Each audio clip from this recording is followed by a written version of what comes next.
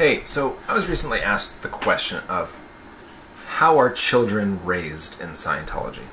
It's a pretty deep and broad question, but given the fact that I not only grew up in a Scientologist family, but also my wife and I are both Scientologists, we've got 3 kids, and so I've got a pretty, also given the fact that I run a website and I've written about 300 articles on the subject, I've got a lot to say on the subject. So anyway, but on this, I figured I'd first start with what it was like for me being on the receiving end of growing up in a family of Scientologists, and take it from there.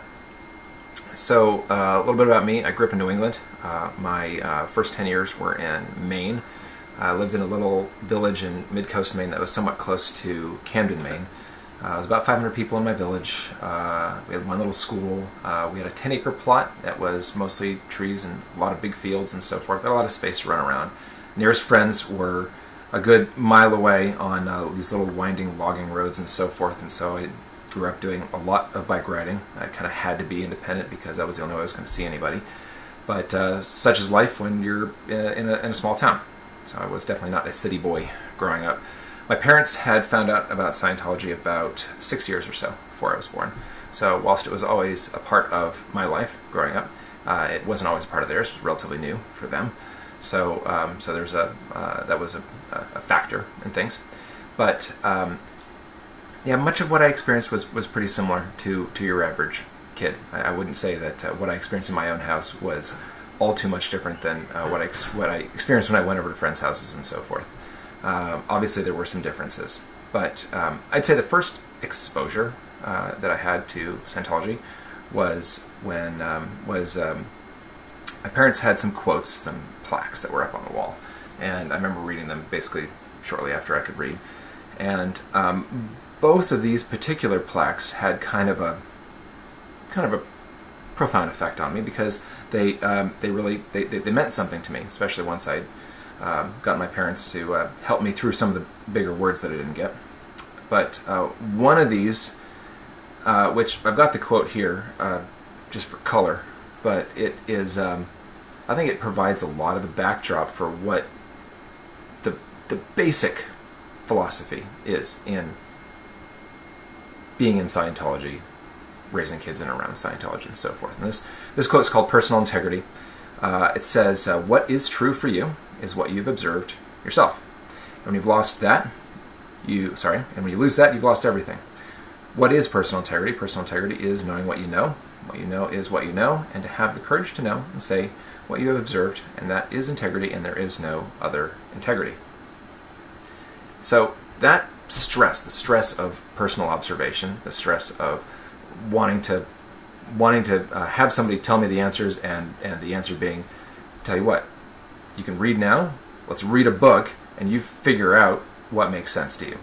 And that was a lot of the kind of the guiding tack of the boat in terms of where my parents were going with this, is they really wanted me to be able to find out things for myself, make decisions about them for myself, and be able to stick to them myself, not because of being told how the world works or told what to think about something, but to find out and then find an answer that really makes sense.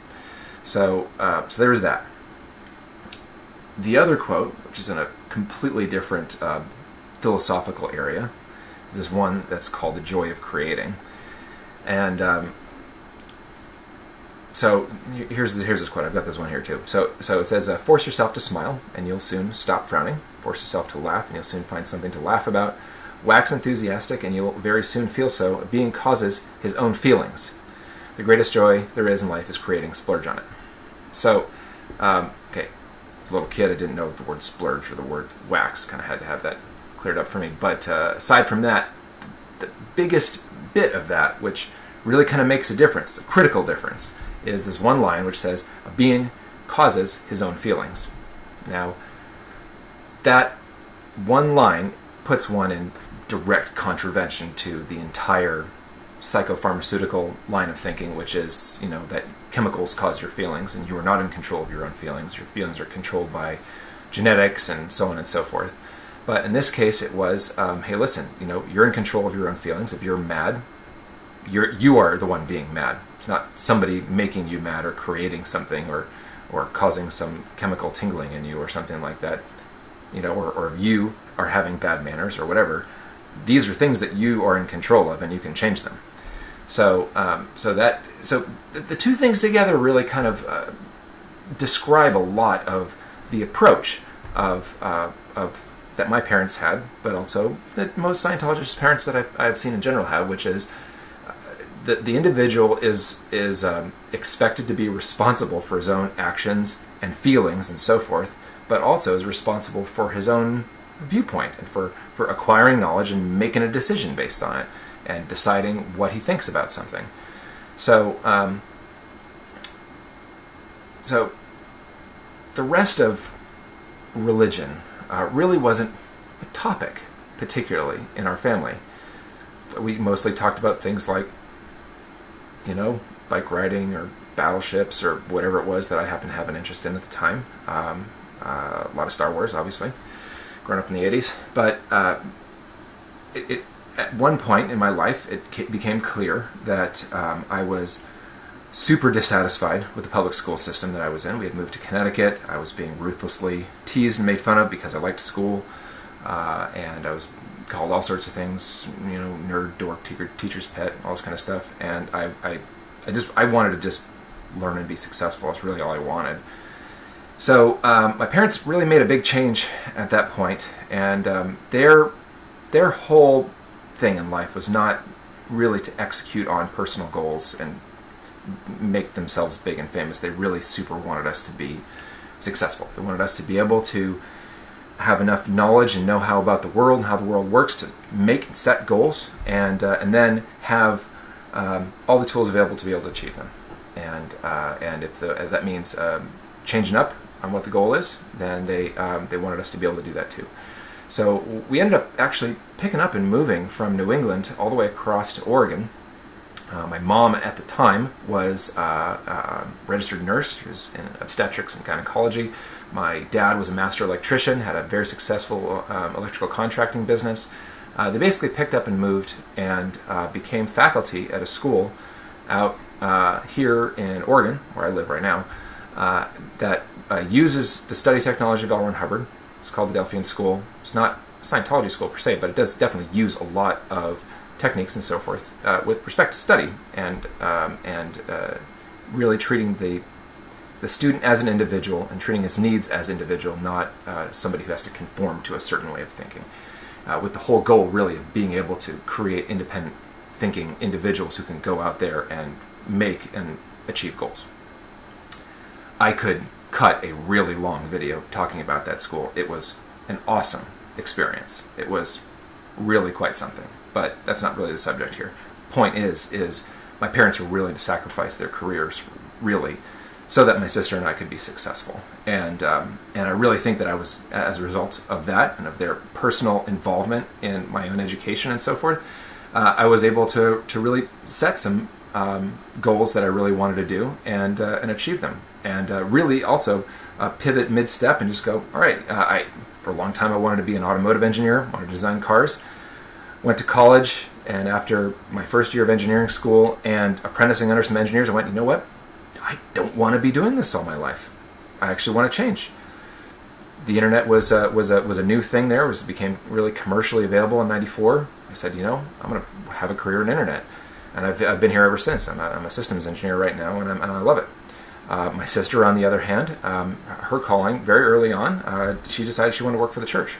And so she's right now a staff member down in Clearwater, Florida, and she's quite successful at that too. She loves her job.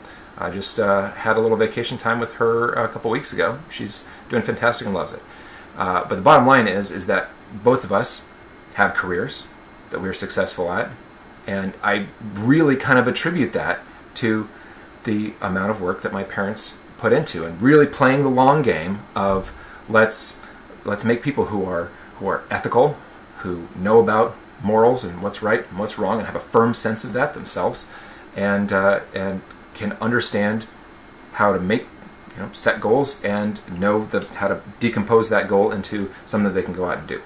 So that was so I had a very positive experience with that, And my sister had a positive experience with that, and I love my parents dearly.